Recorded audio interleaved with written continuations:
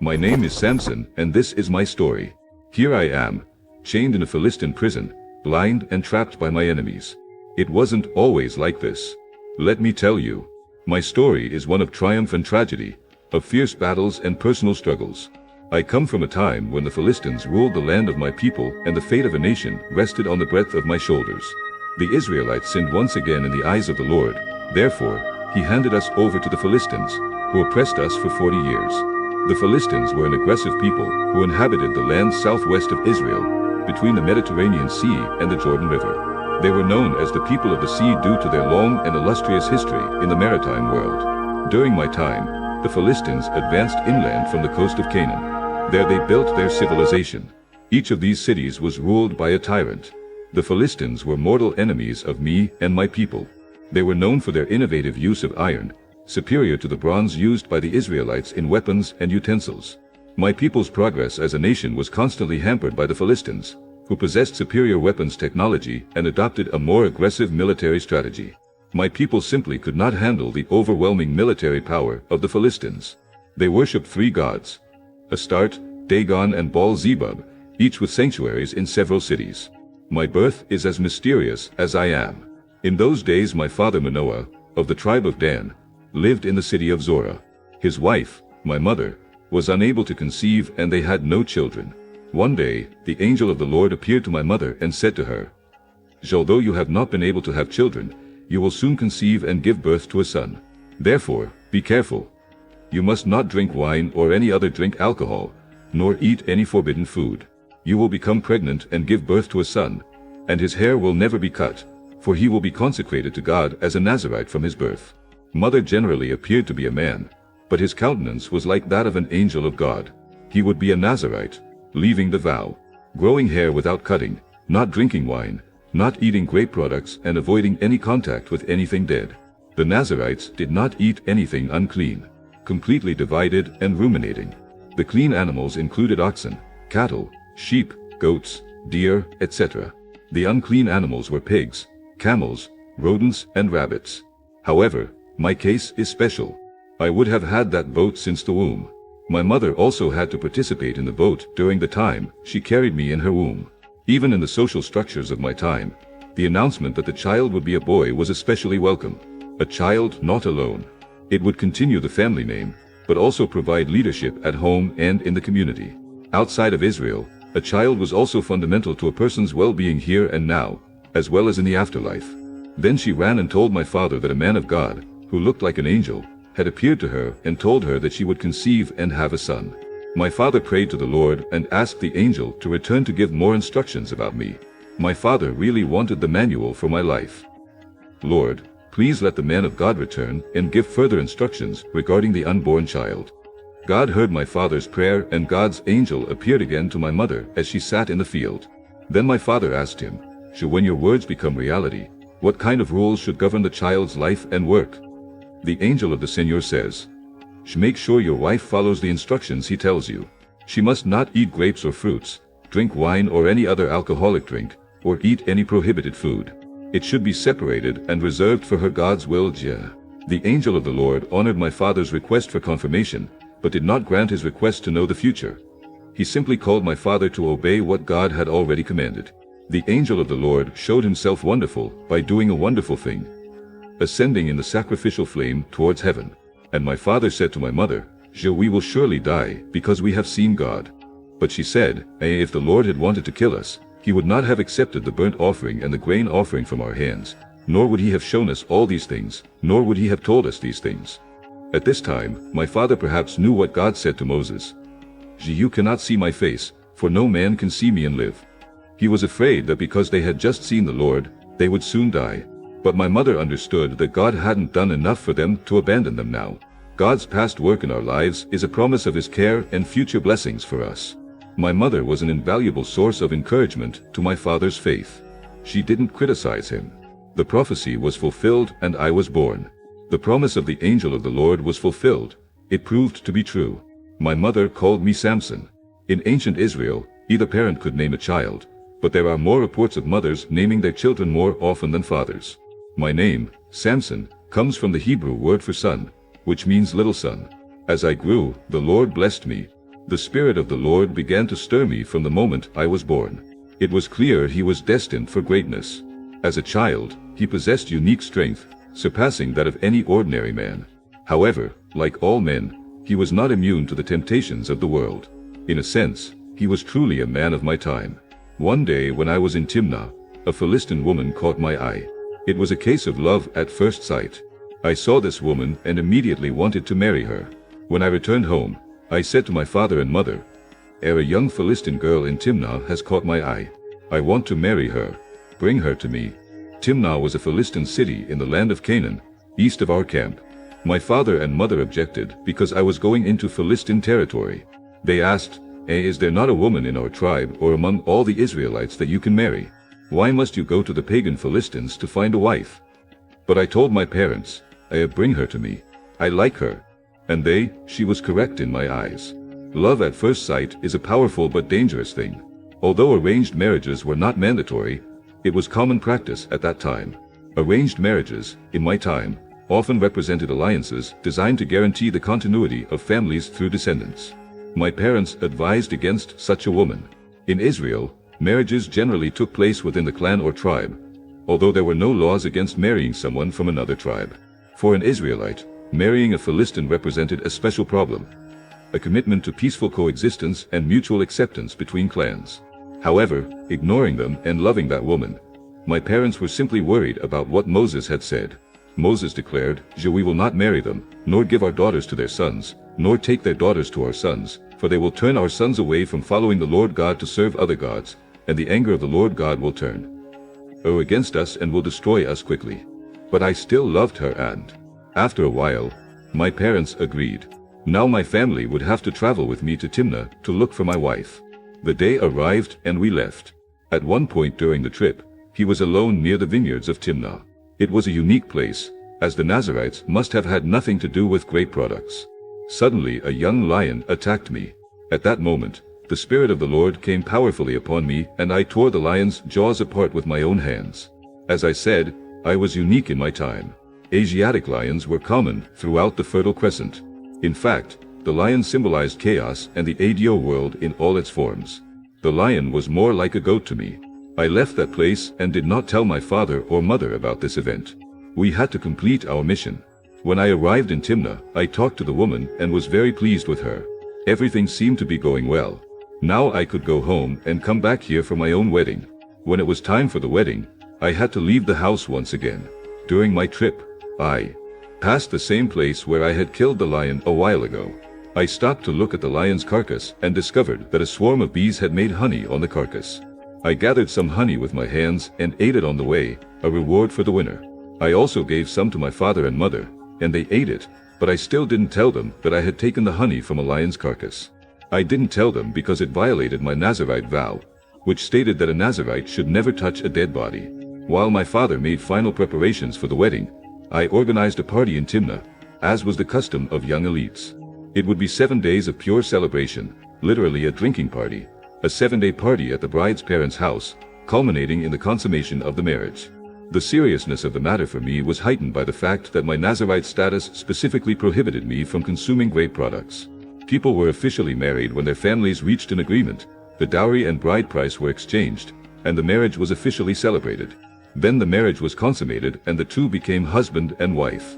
When the bride's parents saw me, they chose 30 young people from the city as my companions. I was the man of the hour, with my own audience. I said to them, "Let me tell you a riddle.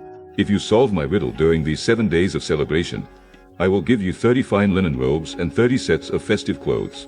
But if you cannot solve it, then you must give me 30 fine linen robes and 30 sets of festive clothes."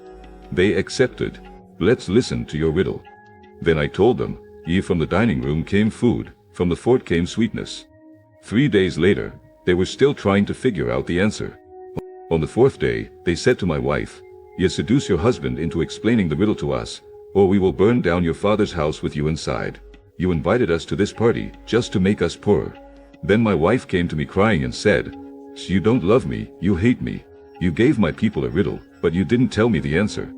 I said, "I didn't even tell my father or mother the answer. Why should I tell you?" So she cried every time she was with me, and it continued like that for the rest of the celebration.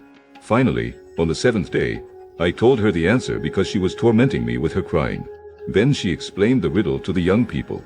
So before dusk on the 7th day, the men of the city came to me with the answer. What is sweeter than honey? What is stronger than a lion? My Philistine wife's willingness to side with her people against me was a great pain to me. Angrily, I replied, if they hadn't plowed my heifer, they wouldn't have solved my riddle. My wife got what she wanted through manipulation, but lost my respect. I paid the debt, but I did it at the expense of the Philistines. I executed 30 of those enemies. I went to the city of Ascalon, annihilated men, took their belongings and gave their clothes to the men who had solved my enigma. But I was still furious about what happened, and I returned home to live with my priest and my mom. Later, during the wheat harvest, when it was quiet, I brought a goat as a gift to my wife. I said, I'm going to go to my wife's room and sleep with her. But her father wouldn't let me in. My wife was given to my partner, who was my best man at my wedding. What godfather won the battle, but lost the war? My wife had abandoned me. I really thought you hated her, exclaimed the father. So I gave her in marriage to your godfather. But look, her younger sister is even more beautiful than her. Marry her instead. He was furious, enraged. So I said, this time I can't be blamed for what I will do to the Philistines. My anger was truly unleashed against her people. I took my time and went out to capture 300 foxes. I proved to be the master of animals, first effortlessly subduing a lion and then capturing and controlling 300 foxes. I tied their tails in pairs and placed a torch in each pair of tails. So I lit the torches and let the foxes run through the Philistines' grain fields. I burned all its grain, including the sheaves and the uncut grain. I also destroyed their vineyards and olive groves. When the Philistines discovered who had done this, they asked, who did this? Samson, was the answer. They explained that this was due to the actions of my father-in-law, who destroyed his fields. Then the Philistines went and captured my wife and her father, and executed them. When I found out what had happened, I made a vow. That's why I will not rest until I take revenge on you. I was in a complete rage spiral. First I was deceived, then my wife married someone else. Now she was executed. This is the bitter story of retaliation. Trying to avenge the wrongs committed, I attacked the Philistines with great fury and eradicated the rock of Ephraim. The Philistines, in retaliation, camped in Judah and spread out near the city of Lehi. When the men of Judah saw them, they asked the Philistines, why are you attacking us? The Philistines said, we came to capture Samson. We came to avenge what he did to us. Then 3,000 men of Judah came down to arrest me in the cave. When they arrived, they said to me, don't you realize that the Philistines dominate us? What are you doing to us? But I replied, I only did to them what they did to me. Then the men of Judah said to me, we have come to bind you and hand you over to the Philistines. I agreed, but I made them promise not to kill me. Although I am strong, I am not invincible. They replied, we will only tie you up and hand you over to the Philistines, not kill you. The fact that the soldiers of the tribe of Judah handed me over to the Philistines shows how much my people were under the oppression of the Philistines. They chose to please their oppressors rather than support me. For Samson, I submitted to them. Then they tied me with 2 new ropes and carried me over the rock. When they reached Lehi, the Philistines came shouting in triumph. But the Spirit of the Lord came mightily upon me, and I tore the cords from my arms, like threads of burnt linen, and they fell from my wrists. Then I found the jawbone of a recently killed donkey. I took him and killed 1,000 Philistines with him. He was a one-man army. Then I said, with the jaw of a donkey I piled them up. With the jaw of a donkey I destroyed 1,000 men. When I was done bragging, I threw out my chin, and the place was called Jaw Hill. After this great feat, I became a judge. See, I belong to a group of people in history called judges. But this does not accurately reflect the meaning of my work. In Hebrew, the word means problem solvers. So you could say I belong to a select group of people whose mission was to save God's people from themselves and each other. A judge describes himself in terms of his achievements. Now, I'm about to embark on one of the most. Wide enough, the gates themselves were comprised of a pair of wooden double doors to prevent easy entry to the adversary. Doors had to be composed of heavy boards and were held in place at the side by a heavy horizontal beam that slid through slots in the door frames. The gates were reinforced with wooden posts, the exteriors of which were transformed into stone sockets. The gates of Gaza that I ripped from their bases and placed on my shoulders weighed at least 400 or 500 kilograms. approximately 200 kilograms. After all this you would think I had learned all my lessons, but I gave in to temptation again, and my choices were covered with pride. They would lead me down a treacherous path. It was during one of my trips that I met Delilah, a woman whose beauty could ensnare even the most steadfast souls. His cunning seduced me, and I, overcome by my desires, gave in. I fell in love again, and I fell in love with a woman who was completely wrong for me. I wanted to be used by God, but I also gave in to the seduction of sin.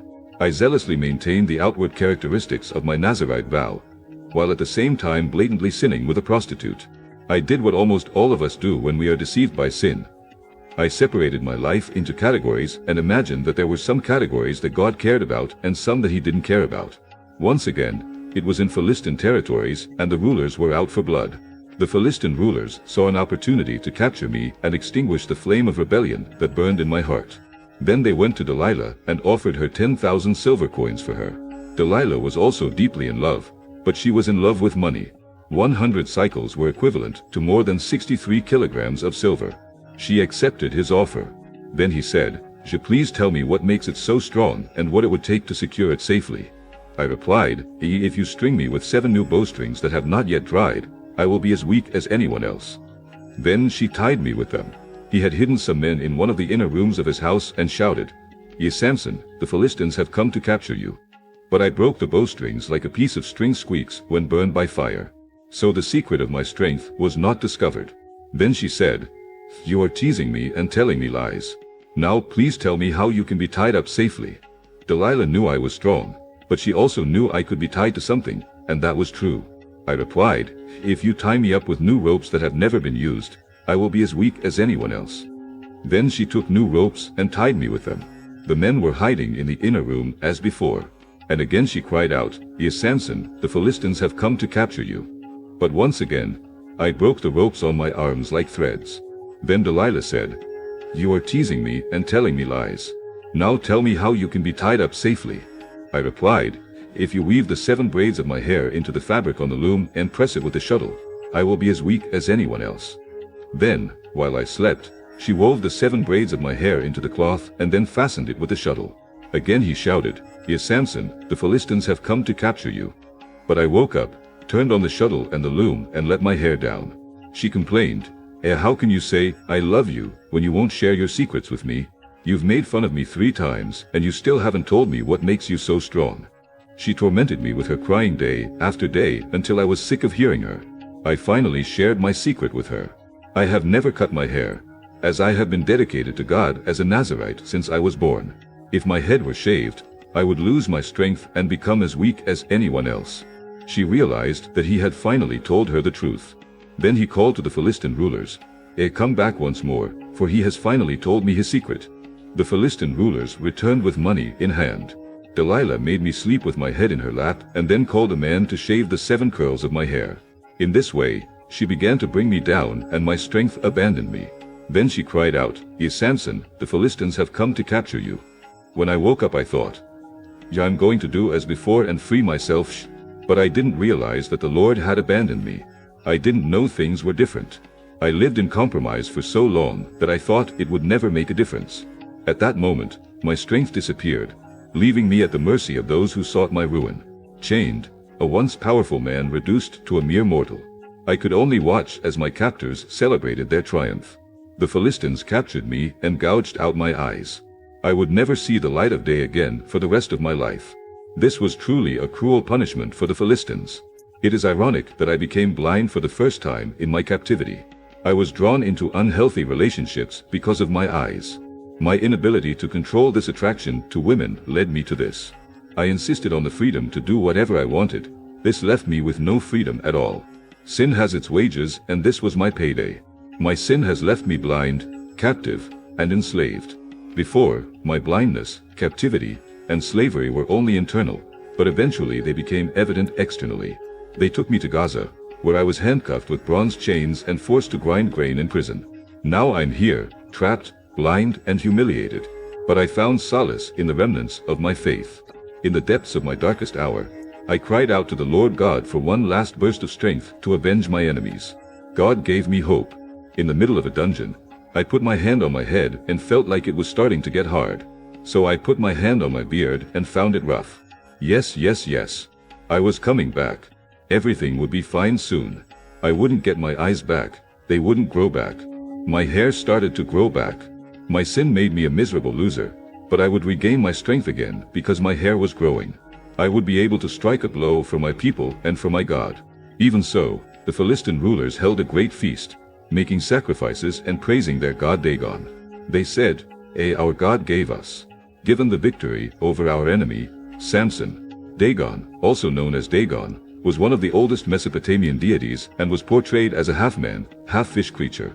The god Dagon was considered the father of all other gods, so he was widely worshipped in what we call the cradle of civilization, where agriculture is believed to have begun, also the area some call the Fertile Crescent. The statue of Dagon resembled a gigantic man. Some representations show him as a salamander, which is a human with fish-like features below the waist. Some scholars call him the fish god, which makes sense given his association with the Philistines and his location along the coast. The Philistines continued to worship Dagon during my time. Dagon's son, Baal, was worshipped in many ways throughout the country. Dagon was worshipped in temples that could be found throughout Mesopotamia. According to the Bible, the cities of Beth Dagon, Gaza, and Ashdod were home to some of the most important temples. He was worshipped through offerings and participation in festivals. When the people saw me, they praised their God, saying, our God has delivered our enemy into our hands. He who killed so many of us is now in our power. Dagon's followers delivered a direct message to everyone in the land, responding with, our God is stronger than the God of Israel because we defeated Samson. My disobedience led others to deny God. Half drunk, the people demanded, bring Samson to entertain us. So I was taken to entertain them, and they made me stand between the columns that supported the roof. The Philistines continued to insult me in that great display. They used a boy to take care of me. I asked the young servant who was leading me by the hand, place my hands on the pillars that support the temple. I want to lean on them. Now, the temple was completely packed with people. All the Philistine rulers were there, and there were men and women on the roof watching me.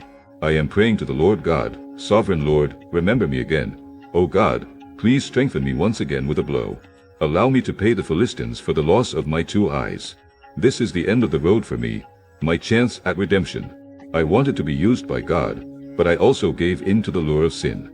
I am placing my hands on the 2 central pillars that support the temple, pushing it with both hands. Please let me die with the Philistines. My story, although filled with heroic deeds and extraordinary deeds, serves as a cautionary tale. It reminds us that strength, both physical and spiritual, must be used wisely and tempered by humility. It warns against the allure of temptation and the consequences of succumbing to desires, but most importantly it talks about redemption, because even in my fall I found the strength to triumph and fulfill my destiny. My name is Samson, and this is my story.